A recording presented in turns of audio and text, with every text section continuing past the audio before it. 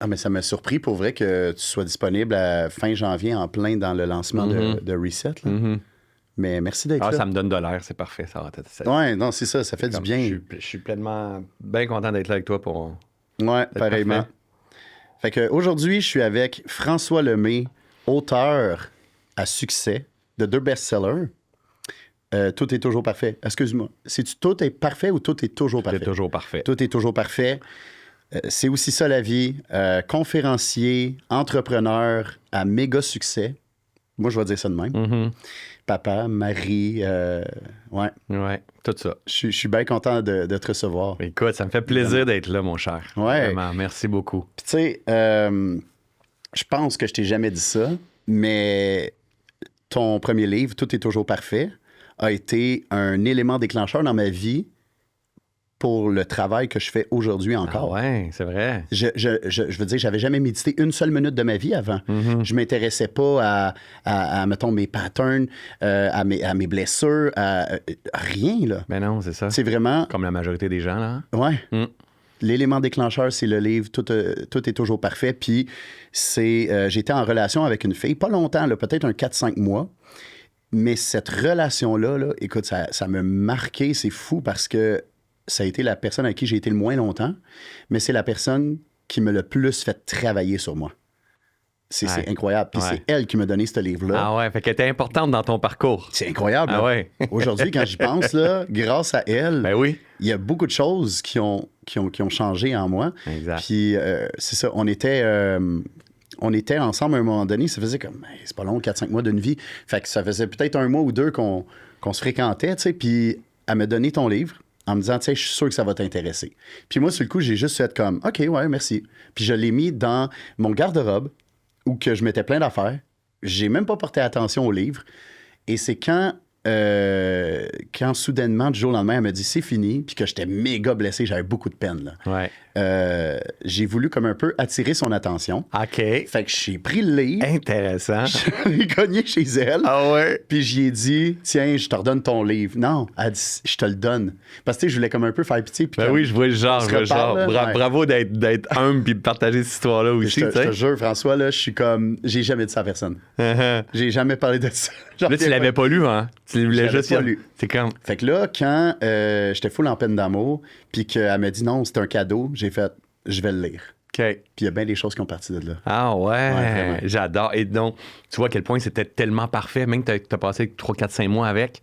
Tout ça, ça a été parfait. Puis je suis sûr que le titre t'a fait réagir au début aussi, là, en disant si tout est toujours parfait, t'en peux, là, toi, là. Puis il y a une de mes amies qui m'avait dit ça. Elle était déjà comme beaucoup dans la croissance personnelle, la spiritualité, toutes ces choses-là. Quelqu'un de très éveillé. Puis elle me dit, tu vas voir, c'est un cadeau... cette femme-là. C'est un cadeau qu'elle soit arrivée puis qu'elle soit subitement partie de ta vie rapidement.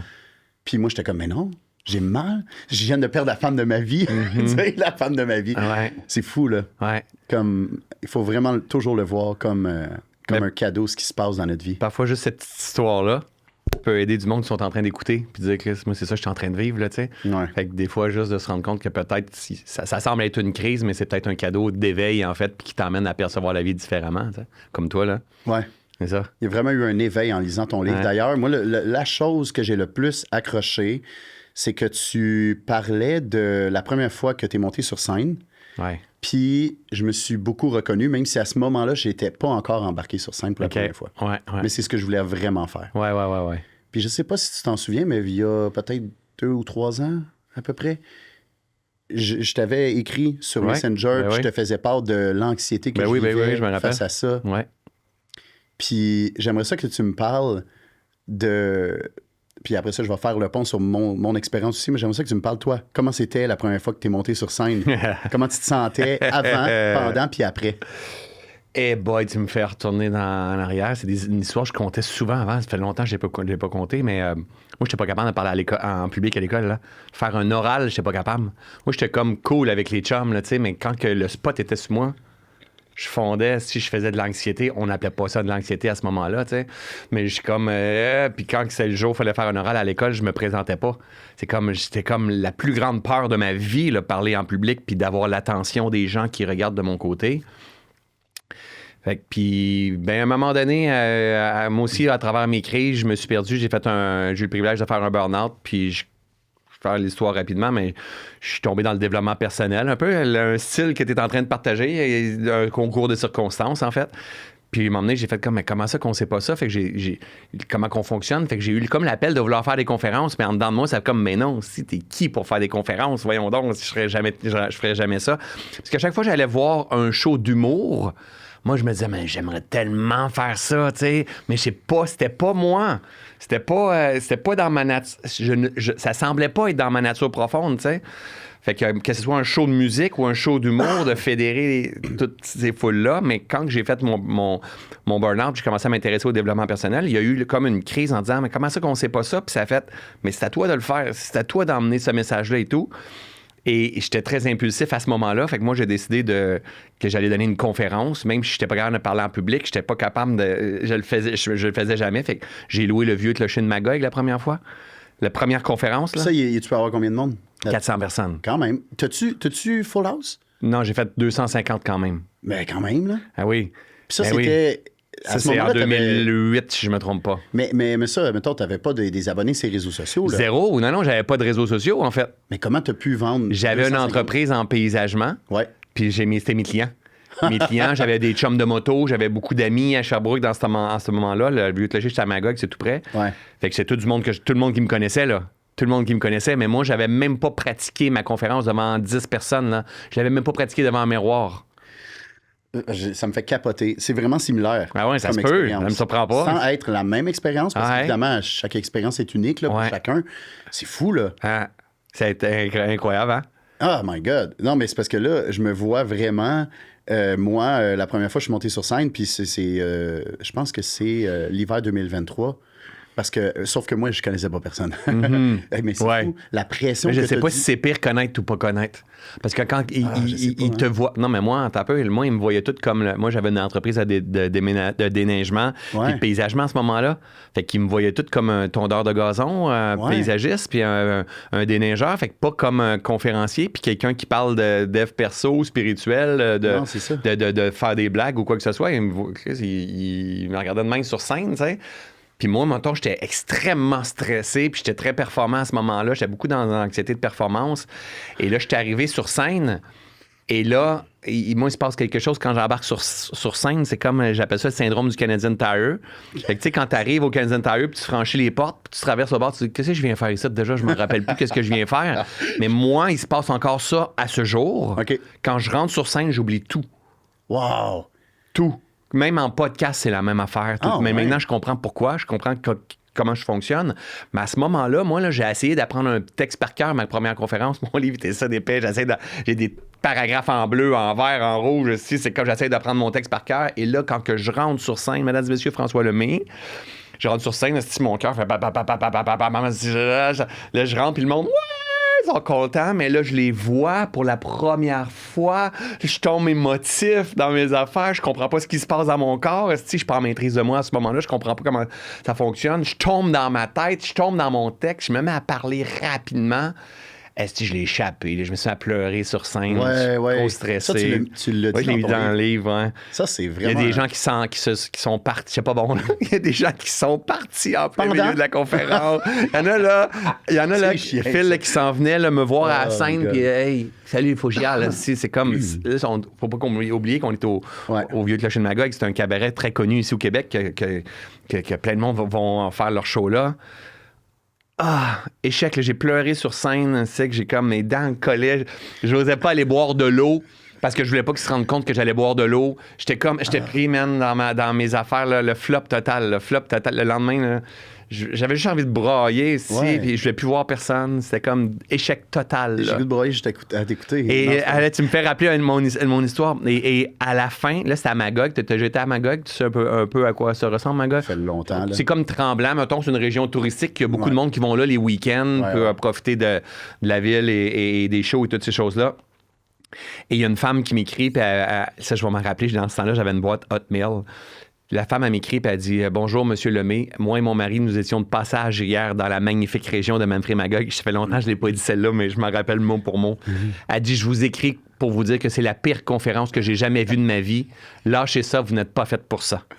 Signé Monique B. » Man, déjà là, c'était dur à le vivre et tout ça. Là, je reçois ça en plus. J'ai été 2 ans avant que je refasse quelque chose, que je me suis dit, je suis pas fait pour ça. J'avais l'impression d'avoir perdu la face devant tous ceux et celles qui m'aimaient, qui avaient confiance en moi. Ah, man, c'est dur sur l'ego, là. C'est un bon fouet dans le dos, ça, là. Est-ce que tu as pris ça en motivation ou tu étais détruit? Non, détruit. OK. Non, zéro motivation. Ouais. Aujourd'hui, si je vivais quelque chose comme ça, j'ai beaucoup de résilience, d'auteur, je comprends mieux et toutes ces affaires-là. Là, non, c'est... Non, ma vie était finie, là. Ah, mais c'est intense en plus parce que les gens qui sont jamais montés sur scène n'ont pas idée du courage que ça prend d'y aller pour la première fois, et même deuxième, troisième, même quand il y a 100 fois. Ben oui. J'ai entendu dans une entrevue de Mané, Martin Matt, il disait qu'il est stressé avant tous les shows. Uh-huh. Puis Martin Matt, il en a fait des milliers et des milliers. Ah oui, ben oui. Fait que tu te dis, OK, mais comment... Parce que moi, c'est ça que je cherchais de m'amener avant de monter sur scène pour la première fois. Ouais. Puis c'est pour ça que je veux parler de ça, parce que tu m'avais donné un très, très bon conseil. Je me disais, comment je peux arriver préparé sans être stressé puis être en total contrôle de mes moyens? Puis tu m'avais dit, Phil, ça n'arrivera pas. Mm-hmm. La façon de vraiment avancer dans tout ça, c'est l'expérience directe. C'est ça, exact. Puis dans ma vie maintenant, je réalise que tout est dans l'expérience de le faire. Exact. Tu sais, juste avant qu'on soit en studio, on Même parlait chose. que là, en ce moment, je recommence le podcast parce qu'en 2020-2021, je faisais aussi du podcast, puis je me cherchais énormément. À ce moment-là, j'avais ma compagnie de vêtements, puis je mettais énormément d'attention, d'énergie. Puis je pense que je t'avais même envoyé quelque chose. Ah non, je t'avais acheté plein d'affaires, des casquettes, des chandails, des pots. Mais oui. Je t'en ai donné, peu importe. Les deux. Ouais, regarde, non, c'est ça. À ce moment-là, c'était ma réalité. Je donnais tout mon temps et mon énergie là-dedans. Mais honnêtement, tu sais, ce que tu sais pas, c'est que j'étais vraiment à côté de la track. Mm-hmm. Puis quand je dis à côté de la track, c'est parce que moi, je suis pas passionné de travailler sur une compagnie de vêtements, là. Mais moi, ce que j'étais passionné, c'était juste c'était comme ma création, regarder ma création. Ouais. Parce que j'ai vraiment travaillé fort sur le branding. Ben oui, je sais, c'est sûr. Le logo, la signification, tout ça, ça signifiait vraiment beaucoup. Puis moi, c'est ça que je le faisais avec mon cœur. Mais tout le reste, là, l'aspect administration, l'aspect les entrepôts, aller voir des fournisseurs, tout ça, j'étais complètement perdu. Là. Bref, là, travaillé fort. Ah, j'ai travaillé fort, vraiment. Mais tout ça pour dire que... attends, je me suis perdu. En 2020, je faisais du podcast. Ouais, puis là, tu recommences, puis là... Ouais, là, c'est ça. C'est que... ça fait déjà des mois là, que j'y pense, puis j'ai le goût de m'exprimer, j'ai le goût de recevoir des gens, puis j'ai le goût en même temps de juste être moi, sans chercher à avoir l'air de hey, « es-tu bon animateur? Es-tu bon pour poser des questions? » Moi, je veux une discussion. Mais oui. J'ai le goût de connecter. Mais oui. C'était vraiment là... je m'en souviens encore, je marchais là, dehors, puis j'étais comme, my God, mais il faut que je le fasse. Parce que là, j'en parle à des gens, je suis comme, hey, je vais faire ça. Mais là, arrête, il faut que tu passes à l'action. Oui, si tu veux vraiment voir une différence dans ta vie, il faut que tu passes à l'action. Expérience directe. Puis justement, toi, c'est sûr qu'il y a bien des choses qui ont changé dans ta vie à partir de ce moment-là, de cette première conférence-là. Ouais. Puis moi, la première fois que je suis monté sur scène, c'était devant 700 personnes dans le gala des créateurs de contenu. Oui, je me rappelle. À ce moment-là, c'était le premier. Là, ils sont rendus cette année, ils vont faire leur 4e déjà, puis ils font ça à Place Belle. Là. Wow. Là, c'est super gros, bien organisé, tout énorme. ça. Énorme. Ah non, vraiment, c'est vraiment cool de voir comme... Ben déjà, le premier, c'était pas petit, là. Tu sais, ils ont accueilli 700 personnes. Ben oui. Et c'était un gala super médiatisé, là. Ils en parlaient à Salut Bonjour, puis à toutes les... Excuse-moi, toutes les grosses chaînes de médias traditionnels, puis il y avait du 10-15 000 personnes online qui regardaient ça en live. Énorme. Et moi, je suis monté sur scène pour la première fois là. J'ai fait un peu du François Lemay parce que j'étais tellement stressé. Je rêvais la nuit que j'oubliais tout. Que j'étais devant les gens puis que j'oubliais juste tout ce que j'allais dire. Puis pourtant, il y avait seulement un 5 minutes de scripté, pas une conférence complète. Je comprends très bien. Un 5 minutes, mais un 5 minutes où... C'est un filet de sécurité, c'est correct ça, hein? Ouais. Mais c'était des jokes que je pratiquais devant le miroir ou devant mon ex, ma copine à ce moment-là. Puis... c'est fou parce que, tu sais, tu disais, toi, tu t'es pas pratiqué nulle part, là. T'es arrivé, puis, tu sais, mettons, conférence, je ne sais pas, mais en humour, on appelle ça du rodage. Tu sais, Ouais, il y en c'est a ça. que, C'est avant ça. de te présenter devant une aussi C'est grande ça. foule, Ouais. tu vas aller roder dans des petits bars, Ouais. devant genre 20, 30, 40, 50 personnes. Ouais. Mais, puis là, on me conseillait de faire ça, puis moi, j'étais comme, non, je veux pas, parce que j'avais peur de me planter au bar. Et de te faire critiquer, de te faire Exact, juger. pour tu sais. arriver au gala, puis pas être confiant. Ouais, Moi, c'est je suis ça. allé Exact. complètement all-in, là. Ouais. Première fois de ma vie que je vais sur scène.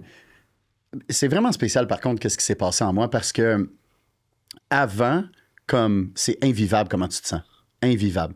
Mais là, un coup que j'avais terminé mon 5 minutes d'humour scripté, puis, by the way, il y a peut-être 2 jokes que les gens ont ri, là.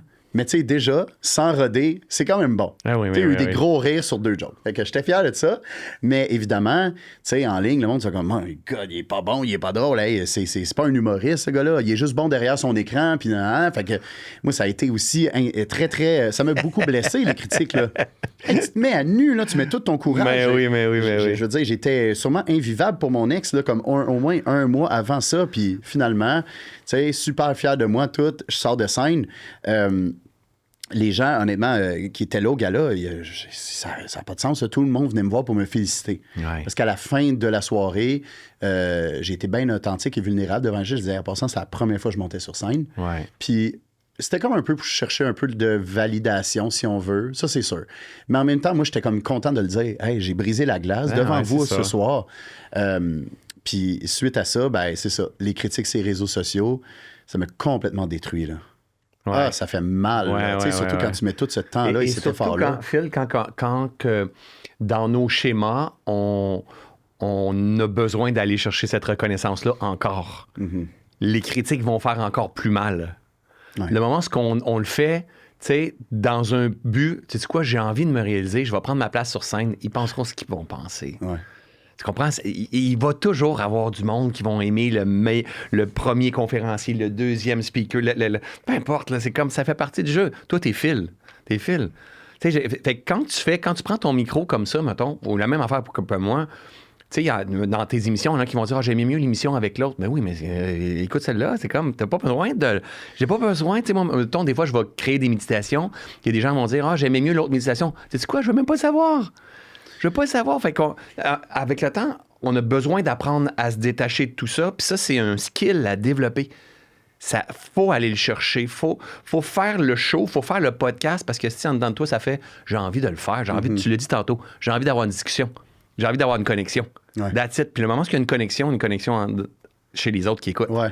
Tu comprends? Fait que ça, moi, ce que tu es en train d'expliquer là, si j'ai eu besoin de m'en détacher, aujourd'hui, c'est des milliers de personnes de partout dans le monde dans mon affaire, là. Fait que si je me détache pas de ça, je vais souffrir solide, là. Ouais. T'es rendu suivi par combien de personnes en overall sur les réseaux? 400 000. Puis toi, majoritairement, c'est plus en Europe, là, je pense. 50-50. C'est 50-50? Ouais. Je sais pas pourquoi, mais dans ma tête, tout le monde devrait te connaître, là. Tout le monde te connaît. Ouais, mais c'est ça. Mais ouais. En fait, c'est plus ceux qui sont dans la croissance personnelle. C'est ça.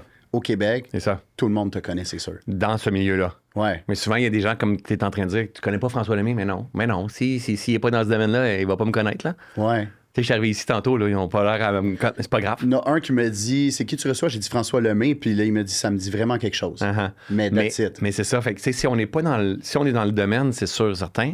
Mais Ouais. sinon, mais non. C'est vrai. Mais en même temps, tu sais, mon reach est international. Tu sais, je m'en vais en Europe, je m'en vais au Maroc. Ouais. C'est sûr, je me fais reconnaître des rues, là. Ouais. Ah, c'est sûr, là, tout le temps, là. Plus qu'ici? Non, pas plus. Non, parce qu'ils sont quand même nombreux là-bas, de l'autre côté. Ouais. Mais là, C'est vrai, il y a je t'ai plus dit de monde. 50-50, mais tu sais, il y a quelques temps, c'était 70-30. Là, c'est 50-50. Fait que c'est 70. 70 ici, 30 Ici? de l'autre côté. Fait que là, Oh. tu comprends, là, ça va dépasser l'autre côté, c'est sûr, là. Parce Ben qu'ils oui. sont beaucoup plus nombreux, là. Ouais, mais tant mieux, pour vrai. Ben non, c'est beau, là. C'est vraiment nice. Privilégié, C'est mais mettons qu'on revient à ce que je disais tantôt, c'est si j'apprends pas à me détacher de ça, je suis dans la merde, là. Ouais. Plus je vais être en croissance, plus ça va grandir. Et puis le monde va dire, c'est spirituel, c'est un gourou, plus je vais faire de l'argent, plus c'est de la manipulation, plus c'est comme... Il va toujours avoir. Fait que ça, il faut vraiment l'accueillir puis dire, OK, peux-tu se détacher puis comprendre que tout le monde va faire de leur mieux? Moi, ce que je veux, juste me connecter avec la personne puis faire quelque chose qui me fait du bien, tu sais. Comme tu le fais là, comme tu le Ouais. fais sur scène. Comme Phil, c'est Phil. Ouais. Tu comprends? Moi, c'est comme ça que je te vois. Tu sais, Phil, c'est Phil. C'est comme. Il n'y a pas besoin d'être Martin et Matt, il n'y a pas besoin d'être Non. François. C'est Phil. Mais c'est drôle qu'on parle de Martin et Matt, là, parce que il y a plusieurs années, je pense autour de 2015-2016, quand j'ai commencé à créer des vidéos sur les réseaux sociaux en 2013. Puis moi, ça n'a jamais été dans le but de. Ouais. C'est juste que dès que j'ai publié une vidéo, ça a explosé. Okay. Fait que veux pas, moi, ça m'a donné de la reconnaissance. Ben oui. Ah, ben oui. Puis là, tu sais, il y a plein de filles qui m'ajoutaient sur Facebook. Puis j'étais donc bien content, là. De ce temps-là, j'ajoutais juste les filles, là, tu sais. Puis j'étais comme, oh, wow, OK, c'est quoi toute cette attention-là d'un coup? Ben oui. Mais tu sais, tout fait un sens aussi, là, dans tout ça, là. Tellement. Puis, où c'est que je m'en allais avec mes skis? Ouais, c'est ça. Dans le fond, quand j'étais en à peu près 2016-2017, je me cherchais tellement au niveau de ma création, de mon humour, de qui je suis dans tout ça. Je me comparais tellement que je regardais tout ce que les autres faisaient. Ouais. Fait que je me concentrais plus vraiment sur moi, qu'est-ce qui ma créativité ne partait plus de mon cœur. C'est ça. Ma créativité partait de ce que je voyais à ces réseaux. C'est ça. Et là, je m'inspirais. Puis je m'inspirais tellement que dans ma façon, dans mon delivery, comme on dit en humour, dans ma façon de puncher, est-ce que le monde dans les commentaires te disait comme on dirait que t'es Martin Matt? Ben oui, mais c'est ça. Mais je parlais comme Martin Matt. J'ai fait la même chose que toi. Comme Martin? Non. Moi, Martin Latulippe. Ah, un autre Martin. David Bernard, Martin Latulippe, Patrick Leroux à ce moment-là. Moi, quand j'ai commencé à prendre ma place, le même pattern, on appelle ça la modélisation. Tu sais. Ouais. Tu te mets à le regarder, tu deviens comme ça. Fait que tes mimiques, tes tons, tes punch, t'es comme. Mais tu fais pas exprès, là. Tu cherches pas à copier. Aïe, aïe. C'est comme. Mais moi, si je me mets à écouter du Martin Matt, là, j'ai les mêmes mimiques que Martin Matt, là. OK, mais je suis pas fou d'abord. Parce que moi, quand je regarde vraiment quelqu'un trop souvent, même toi, là. Ben oui, la même affaire avec Un moment moi. donné, j'étais en conférence, puis j'ai sorti quelque chose qui était quasiment toi, mot pour mot. C'est sûr. Puis dans la façon de le dire. Puis il y a une fille dans la salle qui a fait ça, c'est du François Lemay. Je te le jure. C'est fou. J'ai juste repensé à ça. J'étais à Québec. C'était. Aïe, aïe, c'est parce que dans ce temps-là, j'étais full dans le set, là. My God. Mais c'est correct, mais c'est normal. Ouais. Ben oui, c'est normal. Tu me C'est comme rassures. tu baignes avec un modèle, que ce soit un logiciel, que ce soit une façon de penser, de percevoir. Tu baignes dedans. Fait que quand tu baignes dedans, hop, tu te revires d'abord. Tu t'exprimes, mais tu as une couleur qui est teintée. Ouais. Mais ça peut être la même affaire si tu es un complotiste ou tu es un éveilleur ou tu es un humoriste. Tu es teinté parce que tu regardes. De là, l'importance. Constamment. De là, l'importance, là où tu mets ton attention, prendre l'expansion. Et voilà, exactement. Ça, c'est la première fois que je l'ai entendu, c'est de toi. Je sais pas si c'est toi, tu l'as entendu de quelque part. Ah, sûrement, probablement. On n'invente rien, là. Ouais. Mais quand cette phrase-là, honnêtement, c'est fou comment, quand tu te le rappelles, c'est là où tu fais comme, hey, c'est vrai. T'sais. Parce que moi, j'ai un de mes chums qui, tu sais, quand on se parle, il me dit tout le temps, hey, ce qui se passe dans le monde, puis tout, moi, je veux rien savoir, puis c'est négatif, tout. Mais j'ai dit, mais tu partages juste de ça sur tes réseaux. J'ai dit, moi, j'ai pas eu le choix, mais j'ai tout masqué tes publications. Oui, c'est ça, exact. Tu sais, je t'ai pas enlevé de mes amis, là, pour pas que tu me demandes. Exact. J'ai fait ça plein de fois, plein de monde, mais oui. Mais j'ai dit, tu sais, c'est pas... C'est comme... C'est sûr que si tu mets ton attention juste sur les choses que tu n'es pas d'accord, mais tu vas juste voir ça. C'est comme moi, exemple, je fais de la publicité pour Man-Made, une compagnie de vêtements pour hommes. C'est ce chandail-là que j'ai, ces boxers-là que j'ai. Pour vrai? Ah ouais, mais je suis un fan. Ben, t'es un fan? Ah oui, je suis un fan. OK, la prochaine fois que je passe à leur entrepôt, je vais t'en donner. Good. Ben, j'avoue qu'on n'est pas dans le même bout, mais en tout cas, mais pour vrai, moi, je tripe travailler avec eux. C'est une belle gang, là, puis c'est qu'on faut, là. Ah non, mais ils sont ça à coche, les gars, dans leur marketing, dans leur service, et c'est qu'on faut. Moi, quand j'arrive dans mon garde-robe, je suis content de savoir, tu sais, j'ai plein de boxers, j'en ai plein, là. Je ne veux pas manquer de boxers et des t-shirts. J'ai tout le temps, vraiment. Non, mais moi, je suis rendu à 20 paires, là, parce que, tu sais, je suis ambassadeur pour eux, là. Ouais. Des fois, ils m'en envoient pour faire du contenu, je suis comme, j'en ai assez. Fait que là, j'en donne à plein de gens. C'est ça. Attends, pourquoi on parlait de Man-Made? Juste avant... Pourquoi qu'on parlait de Man-Made? C'est pas grave. Ça va revenir. Mais... Non, on parlait de... Oui, les commentaires négatifs et tout, là, où tu mets ton attention. Oui, exactement, c'est ça. Parce que moi, les publicités Man-Made que je fais, tu sais, c'est que moi, je contrôle pas ce qu'eux, ils font. Je fais la vidéo et eux, ils vont utiliser ça via ma page, mais ils font du whitelisting. Oui, je comprends. Fait qu'ils boostent la publication. Ouais. Mais plus qu'il y a de commentaires et d'interactions, plus que... C'est comme automatique dans leur logiciel. Plus que la vidéo va être boostée.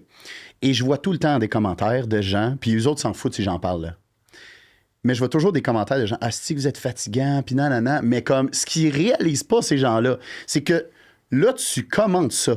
Mais l'algorithme, ben oui. L'algorithme des réseaux sociaux, peu importe quelle plateforme, c'est comme un peu c'est comme un peu ton cerveau là-dessus. Ah oui. C'est là où tu mets ton attention, va prendre l'expansion. Fait que si tu commentes, l'algorithme va faire « Ah, OK, donc t'aimes ça, je t'en repropose d'autres. » Ben oui, c'est ça. Fait que les gens, ils comprennent pas que t'aimes pas ça, passe à autre chose. Exactement. Mais c'est comme dans la vie. Ils s'en rendent pas compte. Moi, j'ai pas aimé, mettons, j'aime pas François Lemay, ben passe à autre chose. T'aimes pas Phil Jones, passe à autre chose. C'est ça. Mais si tu continues de commenter... Tu vas en voir encore plus qui ressemblent à ça. Mais c'est la même chose pour nous. C'est la même affaire pour nos pensées, c'est ça. C'est la même chose pour quelqu'un comme toi puis moi qui travaille comme publiquement.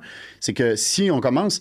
Tu sais, c'est beau, là, les commentaires que je vois. Là, moi, je suis, comme je te disais, je suis inscrit à Reset encore cette année, puis...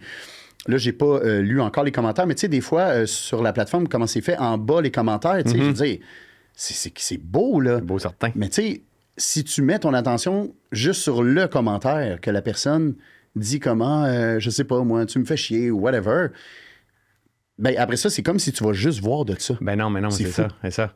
Et c'est là qu'est notre choix. Ouais. Il va exister. Notre choix. Il va exister du blanc ou du noir. Il va exister toutes les teintes, toutes les couleurs. Il va exister la souffrance, la beauté, la grâce. On est responsable sur quoi, c'est quoi tu veux voir. C'est quoi tu veux voir fleurir. C'est pour ça qu'il faut que tu apprennes à te détacher. C'est une posture qui est tellement importante, apprendre à te détacher. Mêle-toi de tes affaires. Regarde qu'est-ce que tu veux voir. T'sais. Pendant ce temps-là, il va exister le reste. Là. Tu sais, de se faire... Il y a quelque chose que tu as dit, parlant de souffrance, je veux rebound là-dessus, mais parlant de mêle-toi de tes affaires, de se faire dire ça... Souvent, on va le prendre mal. Mm-hmm. Mais c'est tellement vrai. Mm-hmm. C'est tellement important de juste mêle-toi de tes affaires. Ben oui. Puis parlant de... oui, c'est ça, les souffrances. De ce que je me souviens, il y a 3 sources de souffrance. Hein? Mm-hmm. Il y a l'addiction, l'aversion et l'ignorance. Good. J'ai appris ça de ta formation. Ouais, mais regarde. Ouais, c'est bon. J'aime ça. Tu marches le chemin. Je marche le chemin. Bravo. Puis je me rends compte que je suis parfois en aversion, puis parfois en addiction. Je pense que je suis rarement en ignorance, parce que je suis quand même un gars très intelligent émotionnellement. Mais tu l'es de moins en moins, parce que là, tu sais qu'il existe l'addiction et l'aversion. C'est ça. Le moment où tu sais qu'il existe l'addiction, donc l'attachement, et l'aversion, je ne veux pas, je rejette, tu n'es plus dans l'ignorance.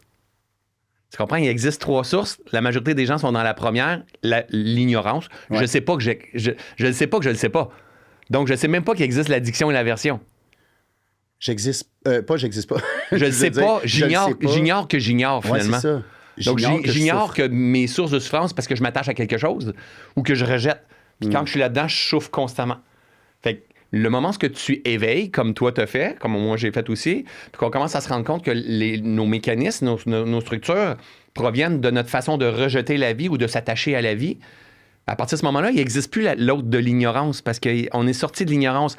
Maintenant, est-ce qu'on maîtrise les deux? Pas nécessairement. Fait que là, tu es en train de me dire, je me rends compte que j'ai aussi de l'addiction et de l'aversion. C'est parfait, ça, c'est le chemin. C'est d'en enlever en avançant. Mm-hmm. Tu comprends? Fait que tu n'es plus dans l'ignorance, là. Non. Peux-tu que je te dise ma plus grande source de souffrance en ce moment, depuis des mois? Vas-y, va.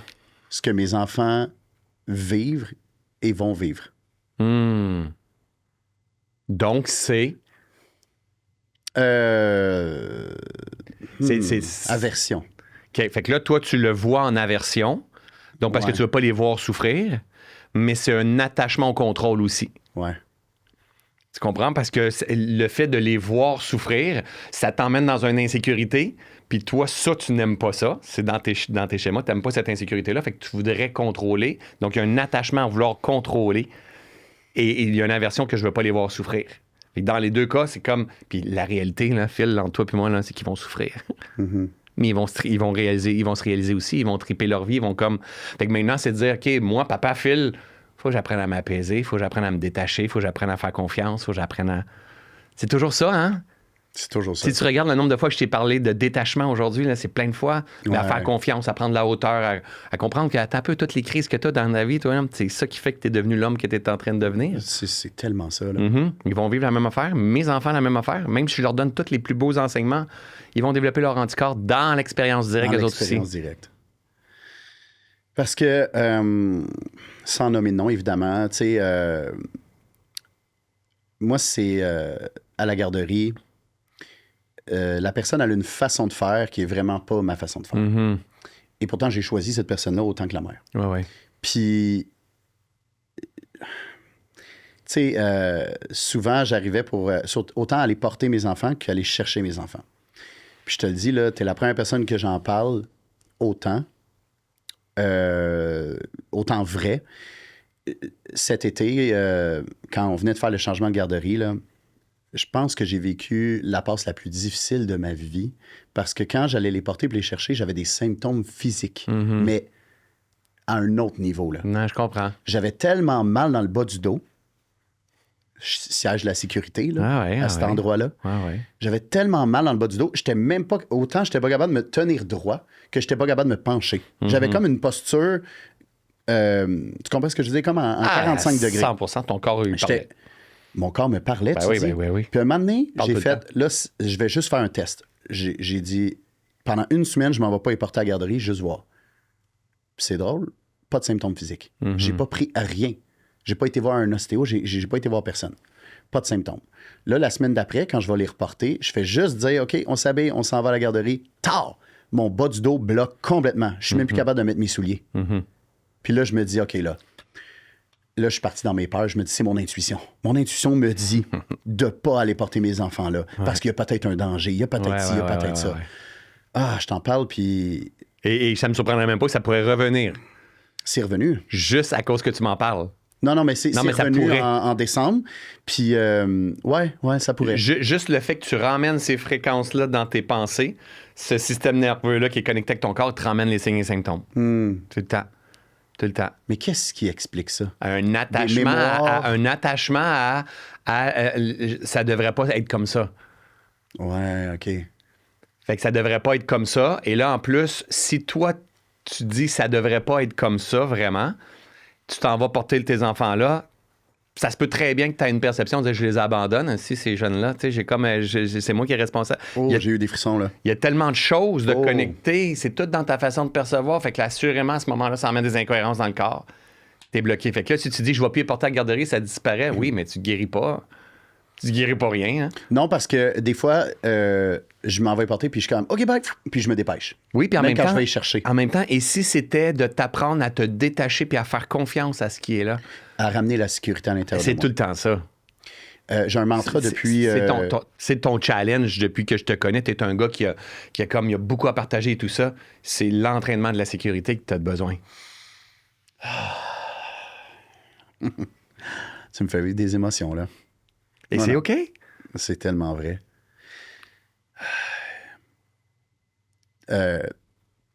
En décembre, ouais. En décembre, j'ai recommencé à être super inconfortable avec tout ça. Puis là, je me suis dit, là, je veux comprendre. Au lieu de juste comme demander à une médium qu'elle me dise comme « Ah, c'est pour ci, c'est pour ça. » Je veux comprendre. Puis je veux pas fuir. Ouais. Et honnêtement, c'est fou comment, là, je comprends pourquoi on a changé à cette garderie-là, pourquoi elle me déclenche ou elle me déclenchait. C'est parce que j'avais besoin de travailler la sécurité à l'intérieur de moi. Sûrement. C'est en fait, pas travailler, je veux dire de ramener la sécurité à l'intérieur de moi. C'est ça. Pour peu importe ce qui s'est passé dans mon enfance, ce qui s'est passé, ça s'est passé. C'est ça. Comme même toi, tu as vécu une enfance, tu as vécu des affaires dans ton enfance. Ouais, tout le monde qui écoute ce podcast-là, tout le monde a leur passé, mais le passé est le passé. Ouais. Donc, de me réguler pour avoir davantage de stabilité intérieure, de sécurité, de me sentir en sécurité. Parce que si je me sens pas en sécurité, tout le reste de ma vie en découle. Pas juste les enfants en garderie, là. Embarquer sur scène, lancer un podcast, investir dans quelque chose, être en couple, pas être en couple, elle va s'en aller à la regarder quelqu'un d'autre. Comme... Toute la vie au complet est influencée par la sécurité. Puis il ne faut pas avoir d'attachement à la sécurité non plus. Il faut la construire. La sécurité, c'est la confiance. La confiance profonde. Tu comprends? Mais ça, après ça, c'est comme on ne regarde pas dans notre vie notre anxiété, nos crises de panique, notre jalousie. Parce que si on regarde ça, ça revient à ce que je t'ai dit. On parlait tantôt. C'est à quoi tu mets ton attention, prendre l'expansion. Il faut que tu regardes la sécurité. Si tu veux voir la sécurité se développer, regarde la sécurité. Installe la sécurité à l'intérieur de toi. Relâche complètement. C'est comme... Il faut juste que tu la construises. Il faut juste qu'elle va se construire. Si tu observes la sécurité, tu permets la sécurité, la tranquillité, hop, la sécurité, elle prend place et tous les autres schémas à côté disparaissent. Et quand je t'ai dit tantôt, c'est ton challenge, pourquoi je te dirais dit ça? Parce qu'on a du monde qui nous écoute. Il y a tellement de monde là, qui ont ces challenges-là, Phil. Là. Vraiment. On n'est pas brisé quand on a ça. Là. Non. C'est juste un éveil. C'est juste dire, c'est tellement vrai, il manque absolument rien. Maintenant, il faut que je développe le skill de développer cette sécurité-là. Parce que si je la développe pas, cette sécurité-là, va passer quoi? Je vais avoir besoin de la médication. Parce que je vais me dire, j'ai un petit problème de TDAH, moi. Puis moi, je suis un bipolaire. Puis là, je vais ramasser des étiquettes. Des étiquettes qui vont me... Puis là, je vais me mettre à avoir peur de moi. Dans mes... Là, c'est l'enfer, là. Et là, je sais qu'il y a plein de monde qui écoute, qui vont comme, c'est à moi qui parle. Oui, mais on se ressemble à peu près tous. Va dans la nature, apaise son esprit, apprends à apprivoiser le silence, respire, régule-toi doucement. C'est des capacités, c'est des skills à développer. Tout le monde est capable de faire ça. Tout le monde. Et là, il va y avoir de plus en plus de sécurité. Puis là, on va faire, hey, fuck, avant, j'aurais réagi. Oh my God, je me rends compte, je suis capable de plus de me détacher. Hey, j'ai bien plus confiance. Hey, j'entends. En plus, je passe à l'action. Je suis fier de moi. Et là, on commence à construire des nouveaux chemins neuronaux, une nouvelle façon d'être. Tu sais, tu as juste parlé de médication puis de TDAH. Puis en dedans de moi, ça a déclenché. Ben oui. Il y a quelque chose qui a déclenché. Ben oui. Parce que, encore là, je suis conscient que c'est une source de souffrance. Mais tu sais, là, on est sur le point d'inscrire mon premier garçon à l'école. Mm-hmm. Puis, déjà là, quand on me dit, tu sais, comment il y a besoin de plus d'écoute, plus d'attention, puis ci, puis ça, on dirait que j'anticipe ces affaires-là, ces conversations-là. Parce que moi, je suis, et j'ai pas honte à le dire, je suis vraiment anti-médicament. Puis je sais qu'il y en a qui vont être trigger par ça, puis c'est correct. Tout le monde a le droit à ses croyances. Mais je suis vraiment pas pour ça. Parce que je sais que ce n'est pas la solution. Par contre, je suis conscient que des fois, peut-être qu'il y a des gens qui sont vraiment... Ils ont besoin de cette béquille-là ou de ce bandage-là sur le bobo pour avancer. Mais, tu sais, tu vois, c'est comme... Pour moi, c'est genre, écoute, je suis comme déjà, on dirait en train d'anticiper qu'une enseignante ou quelqu'un pourrait dire comme, ben ton enfant, il est ça, puis il va avoir besoin de médicaments. Tu sais, d'étiqueter, comme tu as dit, là. Ouais. Moi, ça me challenge énormément. Tu me permets-tu que je t'emmène mon regard, mettons, la lumière là-dessus? Vas-y. As-tu déjà cassé un pied, une jambe ou... Une fracture du bassin. As-tu déjà marché en béquille? En béquille? Oui. T'as-tu pas eu un flat sur ton auto? Oui. T'as-tu mis la roue de secours à côté? Oui. Bon. Mais c'est un peu la même affaire que la médication. Est-ce que je suis pour la médication? La médication, sur le long terme, assurément, c'est pas avantageux. Parce que ça nous gèle, ça gèle les signes et symptômes, puis on n'arrive pas à rentrer en profondeur, puis on n'arrive pas à faire une transformation. Est-ce que temporairement, ça peut aider? Ça peut réguler. C'est un régulateur. Donc, temporairement, est-ce que si on vit quelque chose, au lieu de pas être du monde, peut être dangereux et tout ça, l'affaire, c'est qu'on donne ça trop rapidement. Ce que ça prend, c'est de l'éducation. Parce qu'il faut comprendre que ce soit le jeune, toi, moi, le papa, la maman, ou peu importe, on fait du mieux qu'on peut avec les outils qu'on a, notre niveau de conscience, notre niveau d'intelligence à chaque instant. Donc maintenant, si on agit comme ça, que ton jeune a besoin, il est agité, il a besoin de... Ben, il fait du mieux qu'il peut avec les outils qu'il a, son niveau de conscience, son niveau d'intelligence. Il a peut-être besoin de faire plus de sport, tu as besoin d'apprendre à être plus calme avec papa, il a peut-être besoin d'avoir une meilleure régulation dans sa bouffe, dans son sommeil, peu importe. Il vit ses challenges, il va vivre ses challenges comme le petit Phil a vécu ses challenges. Est-ce que ça se peut que temporairement, le problème, c'est comme, il donne la médication, le Ritalin, lui, blablabla. C'est ça qu'on a besoin d'améliorer dans notre société, en fait, au lieu de donner très rapidement. Il y a une business derrière ça aussi, il faut comprendre sur la médication. Ouais. Mais par contre, il ne faut pas la diaboliser non plus parce que ça peut être un régulateur qui, temporairement, le temps que je retrouve mon axe puis que je m'éduque un peu, peut m'aider à pas aussi avoir envie de me suicider, m'aider à pas faire des psychoses, à pas déraper parce que c'est le cerveau et ce système nerveux-là, il est dérégulé. Fait que le problème, c'est de rester attaché à ça, j'en ai besoin, et que l'on commence à s'identifier à ça. Maintenant, dans le meilleur des mondes, la personne qui tombe dans ces challenges-là, qui se fait donner des étiquettes et des peu importe comment on va appeler ça, idéalement, il faut qu'elle prenne sa responsabilité et dire « Je suis un être humain qui est exceptionnel, puis je dois me former. » Que ce soit des livres, que ce soit des vidéos, que ce soit des formations, que ce soit des retraites. Je dois me former à la régulation de mon système nerveux. Je dois me former à la régulation à apaiser mon esprit, comprendre comment je fonctionne. On apprend comment fonctionne un téléphone, un ordinateur, un auto. On s'intéresse même pas à l'esprit humain, son potentiel, à notre corps, puis on ramasse les étiquettes. Moi, je suis empathe, je suis bipolaire, je suis TDAH, je suis hypersensible, Puis on est dans un monde là, qu'on veut des étiquettes parce qu'on veut se sentir vu, entendu, reconnu. Puis on comprend pas, puis on avance en carence. Puis à partir de ce moment-là, là, si on est en train de créer une vie à notre image, donc ça va prendre de l'éducation, puis temporairement, comme une crevaison sur une auto, une roue de secours, ça peut aider. Ça peut aider. Comme un coach, c'est comme une roue de secours. Ça peut aider. Temps plein tout le temps? Non. Non plus. Non, parce que tu dois vivre justement l'expérience. Oui. C'est comme un peu le coach, ça le dit, ça t'entraîne pour aller sur le terrain. Et voilà, pour que tu deviennes autonome, idéalement, ton coach veut te redonner ton pouvoir, que tu deviennes autonome. Fait idéalement, mettons, ou le médecin qui t'accompagne, il t'accompagne et toi, ta job à toi, c'est d'éduquer. Si tu éduques ton esprit, son fonctionnement, on l'a dit tout à l'heure, ce à quoi tu mets ton attention, prendre à l'expansion, tu vas avoir un autre regard, pareil comme moi, pareil comme toi sur la vie. Tu te mets à avoir un autre regard. Mais oui, c'est ça qui se passe à l'intérieur de moi. Et là, tu commences à apporter des actions différentes, tu te régules, puis tu deviens autonome, tu deviens un grand garçon, une grande fille. Puis là, qu'est-ce qui se passe à ce moment-là? Ça, c'est super important aussi. C'est que le moment où tu te régules, tu régules, on appelle ça la co-régulation, tes enfants. Oh, wow! Mais ça, c'est vraiment puissant ce que tu viens de dire, là. Ça m'a donné des frissons encore une fois. Parce que j'ai réalisé ça. Puis c'est quasiment instantané. Ah, c'est rapide.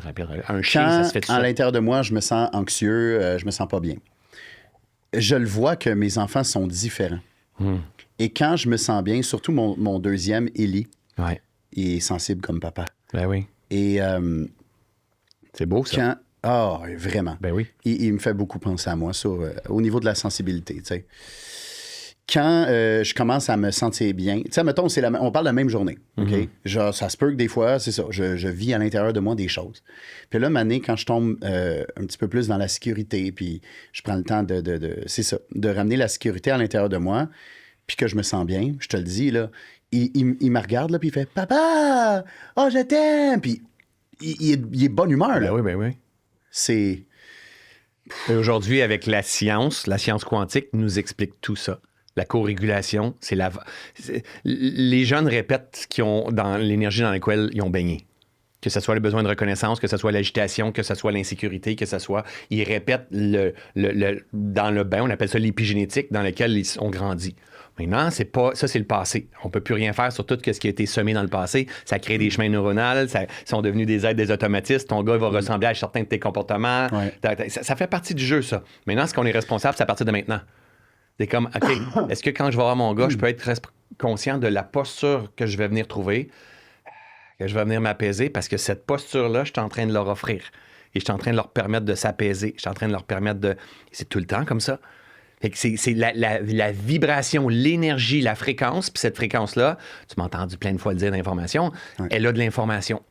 Et cette information-là, c'est elle qui guérit, c'est elle qui transforme, c'est elle qui élève, c'est elle qui encourage, c'est elle qui...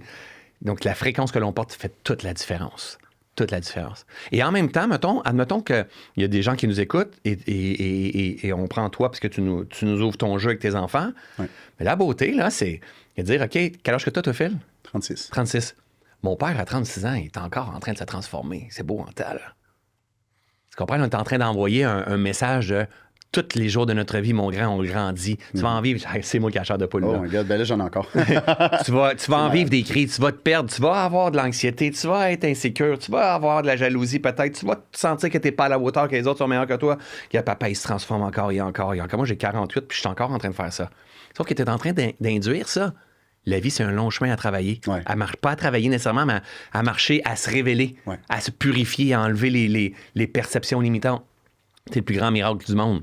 Tu n'es pas tes crises, les symptômes et toutes ces affaires. Tu vas vivre des crises aussi. That's life, c'est la vie. Ça fait partie aussi de l'expérience que j'ai choisi de venir vivre. Là, ça, c'est un petit peu plus spirituel, dire ça. Non, ça fait partie. Mais moi, c'est dans mes croyances là, qu'on est une âme qui se réincarne. Puis, tu sais, je crois que j'ai choisi mes parents. Moi, si je te partage mes croyances, ça se peut que tu aies même que moi. Ça se peut qu'il y en a qui écoutent, qui font comme j'ai pas choisi mes parents. Peu moi, importe, je crois que j'ai choisi mes parents pour expérimenter certaines choses. Exact. Puis que mes enfants m'ont aussi choisi. Et voilà. Puis c'est... La seule chose que j'ai pas choisie, c'est la calvitie, par exemple. mais pour vrai, je veux rebound sur la régulation du système nerveux parce que tu as parlé de ça. Puis, tu sais, dans ton partage des 5 dernières minutes, mettons, là, tu parles de plein de choses que... Tu sais, moi, je suis pas ici pour te plugger pour Reset. De toute façon, vous avez fermé les inscriptions, là. Ouais, c'est ça. Mais je veux quand même que les gens sachent à quel point les enseignements que tu apportes, c'est pas pour rien que ça fait 4 fois que je m'inscris. c'est le plus bel investissement qu'on peut faire sur soi, des formations comme ça qui nous font vibrer. C'est sûr. Parce que si c'était pas toi, ben, ça aurait été quelque chose d'autre. Ouais. Mais tu sais, tu parlais c'est ça, régulation du système nerveux. Puis là, on dirait que depuis cette année, en fait, depuis 2025, j'ai commencé à vraiment m'intéresser à ça.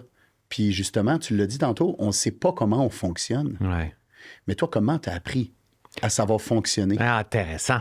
Ouais. Merci beaucoup. OK, fait que, si tu me permets, je vais juste reculer un tout petit peu. Tantôt, tu me dis, je suis convaincu on va revenir sur le système nerveux et toute cette affaire-là. Je suis convaincu qu'on choisit nos parents. OK? Tu as dit, je choisis pas ma calvitie, tu as fait ta blague au travers de ça, mais moi, je suis convaincu que je choisis mes parents. Tu dirais-tu qu'en ce moment de ta vie, tu es de plus en plus en accord ou en acceptation de ce fait-là? Ben oui. Puis en paix avec ce fait-là, de ce qui s'est passé. Il y a eu des crises avec ton père, ta mère ou peu importe, mais tu es en paix avec le fil, tu es en train de devenir et tout ça. Ben, c'est fou parce que plus que je guéris à l'intérieur de moi, comme j'ai des conversations avec mes parents que je suis même pas moi qui fais les premiers pas. Là. Ben non, mais c'est comme ça. l'autre jour, au téléphone avec mon père, il a commencé à me parler du passé. Ouais. Puis de dire que, tu sais, j'ai fait des erreurs, puis j'en ai des frissons encore. J'étais comme, tu sais, s'il m'adresse ça. Ben oui, parce que toi, tu changes. C'est fou, là. Ben oui, mais c'est ce que j'expliquais tout à l'heure. On était une systémique. Ouais. Toi, tu changes, l'autre change. Ouais. Pas besoin de faire reset, l'autre. Pas besoin. J'en ai parlé à mon père, je dis fais-le, ça serait bon. Mais je veux dire, oui, ça serait génial, mais je veux dire, il va changer même s'il n'a pas tout fait. Il va bouger, l'énergie va ouvrir, parce que toi, ton regard est moins jugement, est moins culpabilisant, est moins carence, est moins. À cause que ça change, l'autre, il ressent pas qu'il n'a pas été à la hauteur, qu'il n'est pas assez. Fait que doucement, il va bouger. On est pris dans une systémique. Mais écoute bien où ce que je voulais t'emmener, pourquoi je t'emmenais là. C'est que là, tu es de plus en plus en paix avec ça. Ouais. OK? Donc, si tu as cette croyance-là, cette conviction-là que tu viens t'incarner ici puis que tu as choisi tes parents, est-ce que tu sembles me dire que tes enfants ont choisi le voyage avec toi? Mm-hmm. Donc, eux vont vivre qu'est-ce qu'ils ont besoin de vivre puis ils vont tomber en paix avec qu'est-ce qu'ils ont besoin de vivre. Donc, si tu as cette croyance-là que toi, ton père, faut que tu aies confiance absolue en tes enfants. Tu comprends? Sans chercher à les sauver. Sans chercher à les empêcher de vivre quoi que ce soit. C'est toi que tu dois être en paix avec qu'est-ce qu'ils vont vivre. Tu dois être en paix à l'intérieur de toi. Parce qu'eux, ils t'ont choisi, ils ont choisi cette existence-là, si ça vient avec tes croyances. Et plus que toi, tu vas te réguler, plus tu vas leur emmener cette régulation-là au travers de tout ça. Alors, comment que moi, j'ai appris ça? En me perdant, en souffrant... Tu comprends? En faisant faillite, en faisant un burn-out, en me sentant rejeté, trahi, pas supporté de mon monde, en ayant... C'est dans l'expérience directe, dans les crises. Et en réfléchissant, dire, et s'il y avait une autre posture à adopter, j'appelais pas ça comme ça à ce moment-là, mais s'il y avait une autre posture, une autre façon de penser, une autre façon de percevoir. Parce qu'on lit des livres de genre à succès, de comme, OK, mais comment ils font? Comment ils pensent? C'est toujours là ça part, hein? Ouais. Les pensées, c'est les briques avec lesquelles on construit notre vie. C'est ça. C'est toujours là que ça part. Tu sais, mon podcast, moi, s'appelle Percevoir autrement. Ouais. Donc, les pensées, c'est les briques avec lesquelles on construit notre vie. Et la façon qu'on va penser, c'est la façon qu'on va vivre. Tu veux être en prospérité? Tu veux être en sécurité? Si tu veux être en sécurité, il faut se détacher, on n'a pas le choix. Tu peux pas contrôler. La vie, elle se contrôle pas. Elle n'est pas fixe. Elle fluctue constamment. Donc, moi, ça a été, à travers mon burn-out, j'ai fait une faillite, j'ai tout perdu, je me suis planté sur une scène, j'ai eu un accident de moto. Mais ça, c'est des crises, mais des fois, c'est des expansions exceptionnelles qui t'emmènent plein de crises aussi, tu comprends? Il y a plein de choses. C'est l'expérience directe, encore aujourd'hui, mon plus grand enseignant. Moi, dans le Reset, je mets de la lumière sur un processus que j'ai marché, mais la réalité, c'est l'expérience directe qui vous transforme. Oui, parce que pour avoir suivi la formation Reset en 2020 versus elle de l'année passée, je vais parler pour l'année passée parce que là, tu viens au moment où on se parle en ce moment, on est le 27 janvier, puis je pense que tu en as fait... on est à la semaine 1. On est dans la semaine 1. Puis c'est sur 16 semaines. C'est ça. 20? Non, c'est environ autour de 100 jours, celle-là. 100 jours. Ben, là, je vais parler de l'année passée, tu sais, je veux dire, ça n'a rien à voir. Les enseignements ont évolué, mais avec la personne. Puis j'ai l'impression, moi, si je ne me suis pas inscrit en 2022, 2023, 2024, c'est parce qu'on dirait que j'étais comme là, ce que j'ai appris en 2020, 2021, il faut que je l'applique. Ouais. Et on dirait que là, j'étais rendu en 2025, j'étais comme là, j'ai vraiment, ça m'appelait. Parce que c'est drôle, je t'ai toujours suivi depuis que j'ai commencé à te connaître, on va dire 2017-2018. Mais entre 2021 et 2025, je ne voyais même plus, quand tu parlais de Reset, je voyais pas autant de François Lemay. Ouais. Et pourtant, tu sais, je t'ai pas unfollow rien, mais on parlait de Je fais partie de ceux-là que tu as masqué. Ouais, non, même pas. Le pire, c'est que j'aime vraiment ce que tu partages. Ça me fait du bien ouais. au quotidien. Juste des fois, un petit post. Mais j'ai l'impression que là, l'année passée, j'étais juste prêt à me réinscrire à Reset 2025 pour voir l'update de tout ça. Puis c'est fou, là. Ben ouais, puis cette année, c'est encore plus fou, je te le dis. Ah ouais, hein, j'ai hâte. Moi, je suis ailleurs, puis il y a une maturation qui s'est faite aussi au travers de tout ça. Mais ce que tu viens juste de dire, c'est... Et souvent, les gens vont dire pourquoi refaire Reset 4 fois, Phil, t'as rien compris, tu sais. Oui, mais attends, Phil, il n'est pas le même. Ouais. Toi, tu n'as pas le même regard. Le premier Phil qui a ouvert le livre la première fois avec le Phil qui a compris une couple de fois l'année d'après. Toi, tu n'es pas le même. Moi, je ne suis pas le même. Moi, j'ai changé énormément aussi. Moi, je continue de me cultiver aussi à travers des enseignements un peu partout dans le monde, à vivre mes propres expériences. J'ai des milliers d'étudiants qui m'aident à aller chercher, à aller venir extraire aussi de la data, des preuves de comme... Et moi, je deviens une autre personne. Fait que toi, tu n'es pas le même. Tu marches un chemin que moi, je livre différemment dans ma pédagogie. Et la communauté n'est pas le même. La communauté, ça joue un rôle énorme. C'est pas... Fait qu'on on refait jamais la même chose, finalement. Moi, j'ai fait Vipassana 14 fois. La même affaire, Vipassana. La Vipassana, c'est une cassette, là. Tu t'en vas là, le guide, il paye sur play sur une cassette. Tu le fais 14 fois. Mais 14 fois, c'est 10 heures de méditation par jour pendant 10 jours. Ça n'a jamais été la même affaire. Oui, je peux compléter certaines phrases, mais l'expérience que j'ai vue de transformation, c'est pas la même chose. Donc, tout évolue. Puis toi, aujourd'hui, avec la conscience que tu as, tu perçois plus la même chose du tout. Il y a des choses que tu vas dire, ça, c'est déjà intégré. Ah, là, il vient de le dire, mais je viens de le comprendre cette fois-là. Ouais. Tu comprends? C'est ça. C'est ça. Exactement. Travailler sur soi, là. Ouais. C'est pas bon mot, travailler, mais tu comprends ce que je veux dire? C'est cultiver la vie, en fait, notre posture face à la vie. Penses-tu que dans la croissance personnelle, il y a aussi des sources de souffrance? Tu sais, exemple, que moi, je suis là, je m'inscris à Reset, puis que je me dis, mais là, il faut absolument que ma vie change. C'est une source de souffrance. C'est plus de l'addiction, ça. Il y en a plein d'addictions au développement personnel. Oui, de l'addiction au développement personnel. Même dans ma communauté, ma communauté, il y a plein de monde qui achète Reset. Il y a plein de monde qui achète Reset qui le feront pas. Fait qu'ils ont déposé de l'argent dans mon compte de banque, puis ils vont pas le faire. Parce qu'ils se sont promenés, mais le lendemain, ils ont acheté une autre formation. C'est comme un peu, je m'abonne au gym, mais j'y vais pas. Là. C'est la même affaire. Ouais. C'est la même affaire. Et ça guérit pas personne. Non. Ça transforme pas personne, ça. C'est la seule chose qui transforme, c'est 3 niveaux de sagesse, mais c'est vraiment l'introspection plus le passage à l'action. On a besoin d'avoir la connaissance, la guidance, la lumière que je vais donner, l'introspection dans l'expérience directe, plus le passage à l'action. Mais en même temps, quand on est un guide, un enseignant comme ça, il faut se détacher. Ouais. Tu peux pas dire, moi, je vais t'emmener des résultats. Non, moi, ce genre de coaching-là, ça, c'est du contrôle, là. Je vais contrôler la vie. Non. Viens, tu as la ferme intention de vouloir améliorer ta vie. Ah, ça oui, par contre. Tu dis souvent dans tes enseignements, écoutez pas ce que je dis, teste. C'est ça. Faites-le. Observe puis teste. Encore là, ça revient à passer à l'action. Passer à l'action. J'aimerais ça terminer sur quelque chose en parlant de passer à l'action, vite, sur Vipassana, parce que tu l'as fait 14 fois. Ouais. Moi, là, je veux le faire. Je pense que je t'en avais déjà parlé. Puis, un moment donné, tu sais, c'est comme je demandais à Jérémy Demé, que je sais qui est allé. Je demandais à Manu Lemire. J'ai parlé de ça avec toi. Puis, un de mes chums est allé cet été. Puis, justement, lui, je me suis dit, s'il l'a fait, moi, être capable d'y aller. C'est sûr. Mais là, moi, en ce moment, je me demande si c'est parce que j'ai peur de passer à l'action ou c'est parce que c'est une question de timing. Parce que, pourtant, ça m'appelle énormément. Justement, cet été, j'ai fait une retraite avec ton ami, c'est quoi son nom? Blouin. Daniel Blouin. Ouais. Daniel Blouin. Au couvent? Oui. Good. Ben oui, on s'est croisés. Ah oui. À la fin du... je m'en allais. Oui, c'est vrai. Là, je regarde par la fenêtre de la cuisine, puis tu étais là. Ouais. Avec Happy. C'est vrai. Puis là, on s'est salué, mais je suis parti tout de suite après. Je pense qu'il y a plein de monde qui voulait te parler aussi. Mais j'ai expérimenté un peu ce que c'est. Ouais. Puis justement, de l'avoir expérimenté juste un peu, j'étais comme... parce que la retraite avec Daniel, c'est 3 jours. Mais la vraie retraite de Vipassana, c'est 10 jours. Ouais. Mais en fait, techniquement, je pense qu'il faut que tu comptes 11 jours parce que tu arrives là-bas puis c'est pas journée 1. Là. C'est ça, c'est 0. Ouais, c'est ça, OK. Puis tu sors à 11, finalement. Ouais, c'est ça. Mais en gros, c'est pendant 10 jours, tu médites 10 heures par jour. Puis t'as pas le droit de regarder personne, t'es dans le silence total. Fait que t'es toi avec toi. Ouais. Ce qui est très challengeant, là. Ben oui. Parce que, tu sais, je l'ai vécu là, brièvement. C'est comme un peu un entrée au restaurant, là, ce que j'ai vécu là, avec Daniel. C'est un 3 jours, puis justement, c'est plus... ben, je vais dire ça de même, mais je trouve que c'est un petit peu plus facile d'accès parce que c'est pas tout le monde qui peut partir, on va dire 11-12 jours. Peu importe, que ce soit les enfants, l'horaire de travail et tout.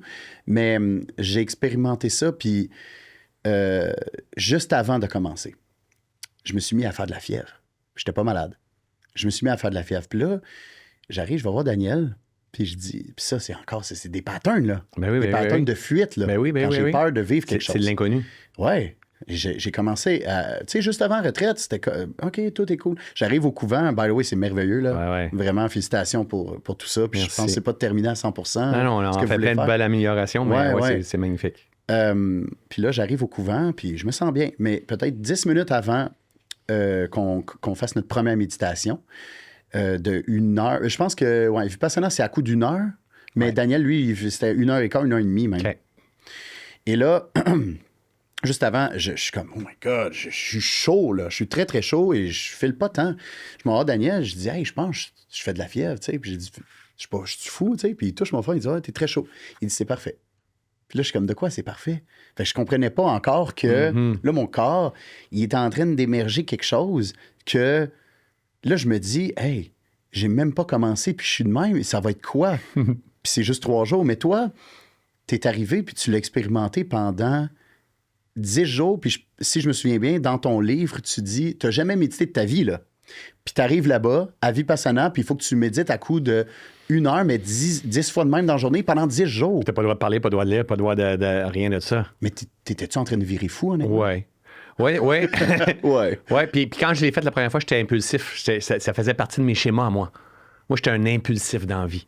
Tu sais, j'étais comme un intense. Quand on va faire ça comme ça, j'étais pas dosé dans ma façon. Fait que moi, T'étais très dispersé? J'étais très dispersé, j'étais agité, la performance dans le tapis. Fait que quand on va commencer avec Vipassana, au lieu de faire des petits défis de méditation ou des 20 minutes ou des 10 minutes. Fait que, bref, j'ai commencé, mais j'ai souffert. Ça a tellement été dur pour moi, ces fils. Mais je l'ai fait 14 fois, une fois. Parce que... Tu comprends? OK, 14 fois, une fois. Parce que tu ne retournes pas là la deuxième fois, juste, c'est un peu plus facile. Non. À chaque fois, c'est un nouveau Vipassana. C'est toujours très challengeant. Ah ouais, hein? Ah, des fois, là, mon 14e, ça a été mon plus challengeant. Pour vrai? Des 14. Et qu'est-ce qui est le plus challengeant? Est-ce que ça dépend c'est ce qui émerge physiquement? dans le corps. Ou On appelle ça des sankaras. C'est comme tout un enseignement là, derrière ça. C'est des sankaras. Ça dépend de ce qui va venir émerger dans le corps. Fait que, et qu'est-ce que tu as dans ton esprit, puis tu arrives de où? T'es-tu dans une séparation? T'es-tu dans une crise existentielle? T'es-tu perdu? T'es-tu... peu importe, mais des fois, tu peux être dans un bel axe, puis t'es tellement focus que ça fait chauffer la marmite, puis il y a du stock qui émerge dans ton corps. C'est comme... moi, j'enseigne la méditation, là. Tu sais tout ce que je fais depuis des années. Dans le dernier, c'est pas des blagues, là. Dans le dernier Vipassana, sur 10 jours, j'ai pas réussi une méditation à garder mes jambes croisées. Wow. J'ai jamais vécu ça. Jamais vécu ça. Jamais. Normalement, je dépliais peut-être mes jambes 2 fois sur un 10 jours, donc sur 100 méditations. Là, pas une, j'ai resté à garder j'étais rempli de sankara. Donc, puis moi, en plus, je guide, puis j'enseigne ça à plein de personnes, puis je connais pas grand monde qui ont fait plus souvent que moi, puis qui le maîtrisent plus que moi. Puis le dernier, ça a été mon plus challengeant. J'ai trouvé ça dur, mais c'était parfait parce que j'ai eu des grandes expansions qui sont produites après. Ouais. Fait tu sais, c'est comme, ça prend vraiment la posture de l'enseignant, ou pas de l'enseignant, mais celui qui maîtrise un peu plus. Voici ce que je fais comme expérience en ce moment. Cela aussi passera. Cela aussi changera. Il n'y a pas d'attachement aux jambes croisées, il n'y a pas. Mais je vivais des aversions, j'avais besoin d'apprendre à me maîtriser. Mais cette maîtrise-là, elle s'est entraînée, puis ça fait que dans la vie de tous les jours, j'ai davantage de maîtrise. Ouais. C'est toute une expérience. Vipassana, ça se produit. Ce que tu as vécu au couvent, là, avec Dan, comme tu as dit, c'est une entrée à la matière. Mais les premiers jours, c'est le plus difficile en plus, jusqu'à 4-5 jours. Après ça, tu bascules dans un autre état de conscience. Vipassana ne se déroule qu'à Vipassana. Puis Dan, c'est génial ce qu'il fait parce qu'il fait connaître tout ça. C'est beau ce qu'il fait, Dan, puis tout ça. C'est magnifique. Et même moi, la même affaire, je peux partager de ça de temps en temps, mais il y a pas de comparable à Vipassana. C'est très rigide, Vipassana. Ça a raison d'être, qu'est-ce qui est là. Moi, ce que j'enseigne au quotidien, c'est comme j'emmène les gens dans plusieurs perspectives, plusieurs formes de méditation. On n'a pas besoin d'être juste rigide dans une direction, mais Vipassana emmène des résultats extraordinaires. Ça a changé ma vie, vraiment. Vraiment. Tu penses-tu que c'est grâce à Vipassana que tout ce que tu fais aujourd'hui prend autant d'expansion? Assurément. Ah ouais? Assurément. Assurément. Ça fait du sens. Ça fait du sens avec plein d'autres choses. Tu sais, je veux dire, si quelqu'un s'en va à Vipassana, mais dans la vie de tous les jours, il n'applique pas. Ça donne quoi? Non, c'est ça. Tu comprends? C'est un genre de spiritualité. Tu s'en vas faire une spiritualité, puis je suis spirituel quand je suis là, mais à l'extérieur, je suis pas conscient de ma maîtrise, de ma régulation, quoi que ce soit. Mais c'est une foule de toutes choses, mais est-ce que ça joue un rôle fondamental dans ce que je suis en train de devenir, dans ce que je deviens, dans ce que je... Assurément, c'est une grosse part du gâteau. Aïe, aïe, parce que moi, j'ai vraiment le goût de le faire. Puis là, ce qui m'empêche un peu, moi, c'est de ne pas voir mes enfants pendant autant de jours. Ah oui, je sais, j'ai passé là parce qu'au niveau du travail, moi, je suis très autonome. Oui. Puis je crée mon horaire, puis pour vrai, je suis vraiment... je suis bien dans ce que j'expérimente en ce moment. Ouais. Parce que j'aspire à d'autres choses aussi. Oui. Mais je suis vraiment fier de tout le travail que j'ai fait pour créer cet horaire-là de travail. Oui. Mais c'est de ne pas voir mes enfants pendant autant de temps. Je comprends très bien. Parce que moi, comme ben du monde qui sont proches de ses enfants, tu sais, là, j'ai une garde partagée, puis je les vois rapidement. Là. On fait 2, 3. Ouais, OK. Fait que là, comme ce week-end, ben, ils n'étaient pas avec moi. Moi, je les avais vus vendredi matin. J'ai des pauses à la garderie. Puis après ça, ben, je les vois pas vendredi toute la journée, samedi toute la journée, dimanche. Je les vois lundi en allant chercher à la garderie. Ouais. Puis je m'ennuie. Le dimanche après-midi, là, je suis comme, j'ai fucking hâte de les voir. C'est Puis là, génial. je texte mon ex, on peut-tu faire FaceTime? Puis là, je fais 3 jours. Alors, c'est pour ça que... Fait qu'imagines-tu tout ce que ça va faire émerger? Ah, c'est fou. Ben oui, parce c'est qu'ils parfait. sont jeunes, puis là, je me donne toujours l'excuse, puis je le sais que c'est une excuse. Ben oui. Je me donne l'excuse de « sont trop jeunes ». Ben oui. Puis j'étais vraiment sur le bord là, d'y aller à Vipassana quand mon premier était, on va dire, je pense 7-8 mois à peu près, puis mon ex était enceinte de notre deuxième, parce qu'on les a eus très rapprochés. Ouais. Ils ont 13 mois de différence, puis tu sais, là, j'étais comme, je tombais dans mes excuses en me disant, ben là, je t'ai inscrit à Vipassana, là. J'y allais dans 2 jours. Et là, j'arrive, je suis comme, je vais toujours m'en souvenir, je suis dans la douche, là, puis je vis beaucoup d'anxiété là, à cause de ça, justement. Oui. Mais j'ai le goût d'y aller. Ben oui. Tu sais, je care Ben pour oui, ça. je comprends très bien. Ça m'appelle, c'est pas pour rien, là. Ben oui. Et là, je tombe dans mes excuses, puis je les ai validées, mes excuses, parce que j'étais comme, mais là, je peux pas laisser mon ex tout seul, elle est enceinte, puis là, elle a un bébé, puis tout, puis là, c'est comme, elle va-tu avoir de l'aide, puis, tu sais, tout ça, c'est vraiment, ça demande du détachement, là. On en a beaucoup parlé aujourd'hui, du détachement. Oui, mais je l'ai vécu, ça aussi. Moi aussi, j'avais mon petit bonhomme, là, Xavier, là. Il était bébé? À cet âge-là, là. Pour vrai? Ben, peut-être pas bébé, mais peut-être 2, 3, 4, 5 ans, là, tu sais. Puis ta fille était pas née? Ma fille était pas. Ben, après ça, oui. Après ça, ma fille est arrivée plus tard. Non, mon premier, non. OK. À chaque fois, là, Phil, je pense sur 14, il n'y en a pas un que c'était au bon moment. Oui, je sais. Il y a toujours quelque chose, soit que je lance ça, soit qu'il se passe ça, soit qu'il y avait peu importe qu'est-ce qui se passait. Ouais. Mais quand j'ai fait une fois, après ça, les autres fois, je me suis dit, OK, je m'en vais là pour. C'est plus grand. C'est comme. Je m'en vais là pour nettoyer, mais plutôt. On appelle ça le dharma. C'est comme marcher le chemin de ton âme. Il y a quelque chose qui est grand, qui est là. C'est beau, ça. Et en même temps, ça va faire émerger ce que ça a besoin de faire émerger. Tu vas te dire, qu'est-ce que je fais ici de calice, ça n'a pas de bon sens. Puis là, il va falloir que tu te régules à travers ça. Puis ça, c'est de la guérison. Tout le temps.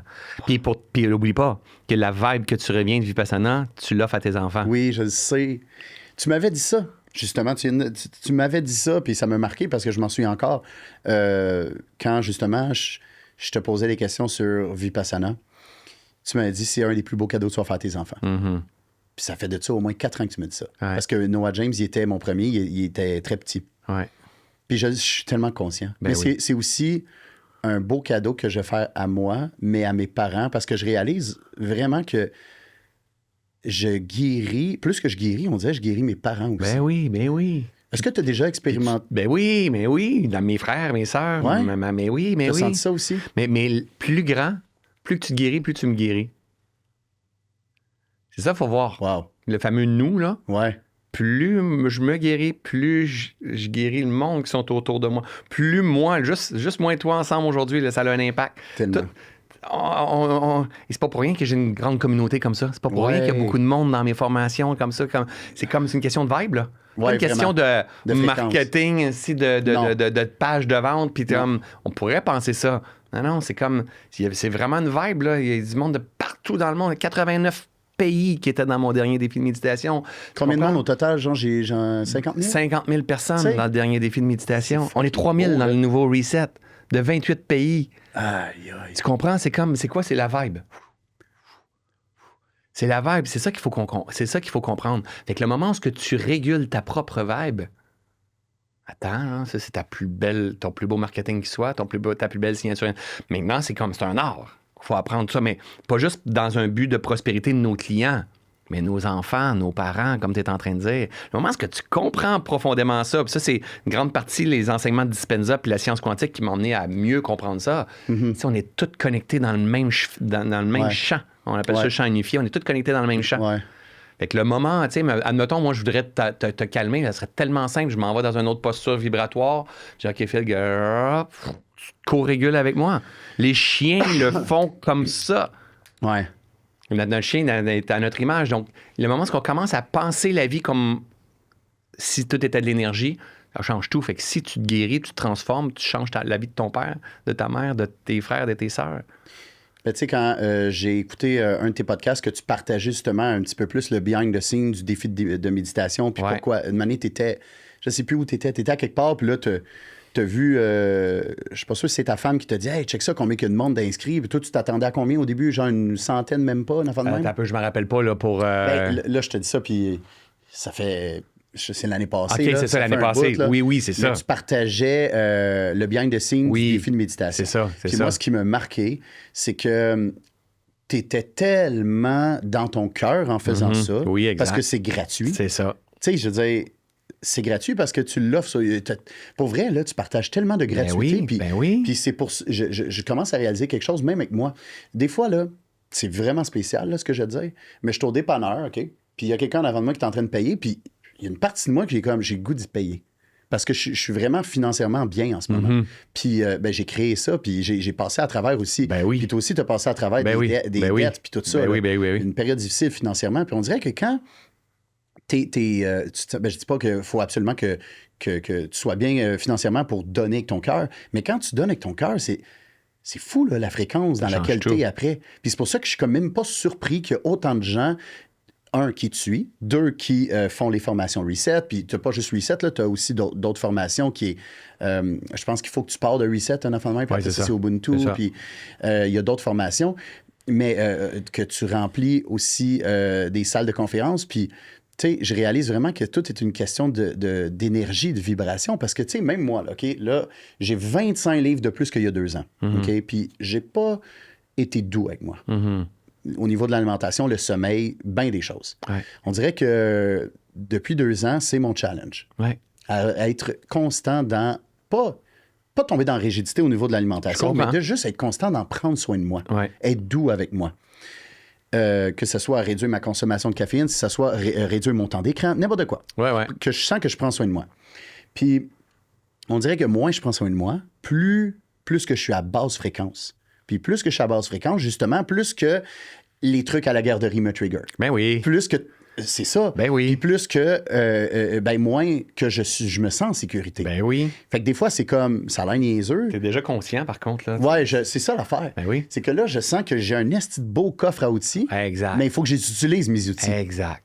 Parce que moi, je le fais reset à mon rythme. Ouais. Je suis pas capable de... ça doit être parce que je me sens saturé mentalement, mais je suis pas capable d'écouter une semaine au complet en live. Parce que des fois, tu peux partir pendant 2-3 heures. Ouais, c'est 3 heures reset. Tu sais? Ouais. Puis... C'est correct, tu le fais à ton rythme. Ouais, c'est ça, je le fais à mon rythme. C'est pour ça que j'aime mieux être en replay et non live. L'important là-dedans, c'est de faire les méditations. Parce que c'est les méditations qui emmènent l'espace. Ah, tellement. Tu comprends? Quand je n'arrive pas à tout le prendre, c'est parce que ma coupe est pleine. Et on est saturé. C'est ça. Ouais, si j'emmène les méditations, je vide la coupe un peu, je suis capable de prendre. Puis tu as parlé d'outils. Ouais. Ton premier reset, est-ce que tu avais les outils que tu as là aujourd'hui? Mais non. Sauf que là, le tour que tu es en train de refaire, tu es en train d'apprendre à la dextérité d'utiliser les outils. Ouais. T'es là, les outils, là. Ouais. Et c'est pour ça que le monde refasse comme ça aussi. Fait que là, tu deviens de plus en plus maître dans tes affaires, puis donc ta création ressemble encore plus à ce que tu es en train de faire. Tu es en train de me dire, là, je suis bien financièrement. Attends, là, bravo, good job, là. Tu comprends la transformation, là? Là, tu fais ton podcast, tu prends des scènes, c'est comme, attends, là. Tu comprends? Mais là, ça va juste faire ça de plus en plus parce que tes outils, ton coffre, il est plein. Ouais. Tu n'as pas acheté juste un coffre au Canadian Tire, tu as acheté un coffre, tu as mis des outils dedans. Génial, il est beau, c'est des beaux outils jaunes, rouges, c'est génial. Maintenant, il faut apprendre à les utiliser. Comment? Dans l'expérience directe. C'est ma coach qui m'avait dit, ta job, c'est pas de bâtir la maison à tes enfants pour eux. Mais non. Ta job, c'est de leur donner assez d'outils pour qu'ils puissent bâtir leur maison. Exact. Garde-les bonnes. Mais c'est la même chose pour moi. Mais c'est la même chose. C'est la même chose pour moi, pour toi. Ouais. Tu comprends? Hey, c'est tout le temps qu'on avait, mais pour vrai, François, je parlerais avec toi pendant des heures. Tu sais, on connecte bien. Ah oui. Puis on se voit pas souvent en personne, mais j'ai l'impression que je te vois tous les jours, là, parce que j'écoute les podcasts. Puis moi, j'encourage tout le monde qui nous écoute à suivre François sur YouTube surtout, parce que je trouve YouTube, c'est encore plus puissant tout ce que tu peux apporter. Ouais. Mais tu sais, tu es là sur Facebook et sur Instagram. Je sais pas si tu es là sur TikTok. Je pense pas que c'est une plateforme. Non, je suis pas vraiment sur TikTok pour l'instant. Peut-être un jour, voyons voir, mais beaucoup sur YouTube. Petite parenthèse. Il est bon, Xavier, dans ce qu'il fait. Il est vraiment bon. Je sens que tu dois être fier. Oui, hein? je suis fier de mon gars. Je m'excuse, je parle pas de Léa, ta fille, parce que je vois pas ce qu'elle fait. Là. C'est parfait. Mais c'est parfait. Il est bon, mon gars. Je suis fier de lui. Il est bon dans sa livraison. Il se découvre. Il fait pas du papa. Il fait sa couleur à lui. Il fait ses affaires. Il est vraiment bon. Oui, c'est ça. Tu viens de le dire, il fait pas du papa. Non, c'est ça. Parce que, veux pas, à cet âge-là, il y a quoi, 18, 19, 20 ans? 21. Il va avoir 21. Ouais. À cet âge-là, tu regardes papa, surtout là où est-ce que tu es rendu dans la vie, dans ta carrière, puis en tant qu'homme de tous les jours, ça pourrait être facile pour lui de faire, moi, je veux être papa. Oui, c'est ça. Mais il prend, il fait son chemin. Ah, mais c'est beau, là, ce qu'il fait. Il est beaucoup dans l'alimentation consciente. Puis, non, pour vrai, Xavier Lemay, si vous voulez aller voir ça, ses réseaux sociaux, c'est juste... TikTok, Instagram, partout, il est partout. Il est vraiment bon. Je le vois plus sur Facebook et TikTok.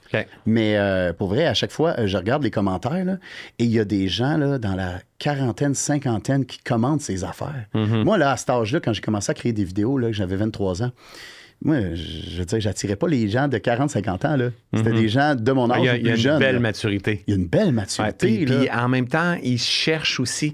Oui. C'est intéressant parce que moi, ça me fait grandir indirectement de voir mon gars dans ses affaires. C'est qu'il cherche, mais de loin beaucoup plus avancé que moi à cet âge-là. À cet âge-là, ben oui. Il n'y a rien de comparable. Puis dans sa livraison, il est exceptionnel. Ce qui l'attend dans l'avenir, c'est juste hallucinant. Et en même temps, il m'a toujours appris, mon gars, à me détacher. Depuis que je m'étais avec sa maman. Ouais. On s'est séparés. Mon petit bonhomme avait 3 ans. Puis c'était un grand enseignant pour moi au travers de tout ça. Fait que, assurément, j'aimerais ça. J'ai tout à côté pour lui dire qu'est-ce qu'il pourrait faire. Ouais. Mais là, je fais comme non, je l'aime assez pour lui laisser faire son expérience. Il est vraiment exceptionnel. Il va apprendre de ses expériences. Il est vraiment bon. Je suis fier de lui. Vraiment. C'est vraiment beau ce que tu as dit quand tu as dit je l'aime assez pour le laisser vivre ses expériences. C'est ça. J'ai le goût de partir là-dessus. J'aime assez mes enfants. Ça me fait vivre des émotions, mais je les aime tellement que je veux les laisser vivre leur expérience. Voilà. Je veux pas devenir papa protecteur. Je veux devenir papa qui va t'outiller. Papa qui est là pour t'écouter. Exact. Vraiment, merci François pour ton temps aujourd'hui. J'apprécie. Je le sais que tu es un homme hyper occupé. Puis j'encourage énormément les gens à acheter tes 2 livres pour commencer. Tout est toujours parfait parce que si tu commences avec le 2e, je pense que c'est mieux de commencer avec le premier. Ensuite, c'est aussi ça la vie. C'est ça. Tu sais, t'es facile à trouver ces réseaux. T'écris François Lemay, que ce soit Facebook, YouTube, Instagram. Puis tu offres vraiment des beaux podcasts sur YouTube, là, comment t'appelles ça? Excuse-moi, des Percevoir autrement. Oui, c'est ça, exact. Comme vraiment, là, tu offres beaucoup de gratuité. Ouais. C'est exceptionnel ce que tu fais. Tu as un énorme impact dans la vie des milliers de gens, dans ma vie, puis dans la vie de tes enfants. Vraiment, c'est beau. Puis je suis vraiment fier de t'avoir reçu aujourd'hui. Merci, Phil. C'est un plaisir, mon cher ami. Vraiment.